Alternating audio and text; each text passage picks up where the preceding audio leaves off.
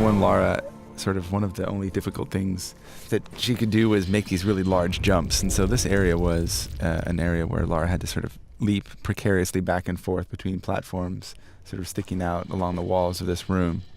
Now that our current Lara in Tomb Raider Anniversary is way sort of more nimble and attaches to ledges and hangs on a whole lot easier, we had to sort of figure out a way to make a room themed around sort of this large ascent and precarious jumping over a large drop, but still sort of keep it challenging for the player. So we sort of made a fairly more complicated room. We sort of themed around these broken sort of floors of a large chamber that had broken away, and just sort of pillars were remaining that Lara had to traverse up.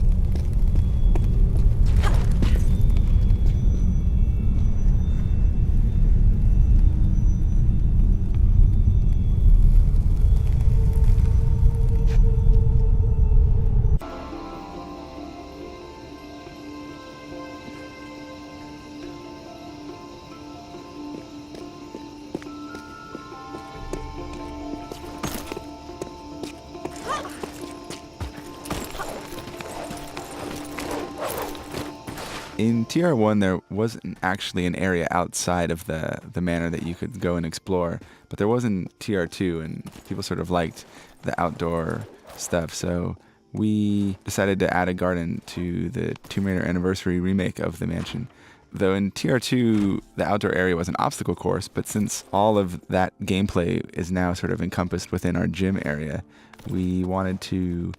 do something else outside, so we decided to make a hedge maze. And well, I should say I do hate mazes, right? Like, I mean, it's the one rule I was trying to get across in the first game when we were working with the other level artists was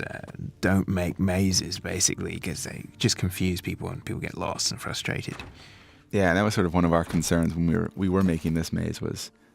not just sort of making an endless row of hedges that you sort of wandered your way through aimlessly, but to really put lots of little gardens and landmarks in there so that players would be able to find their way a little bit easier.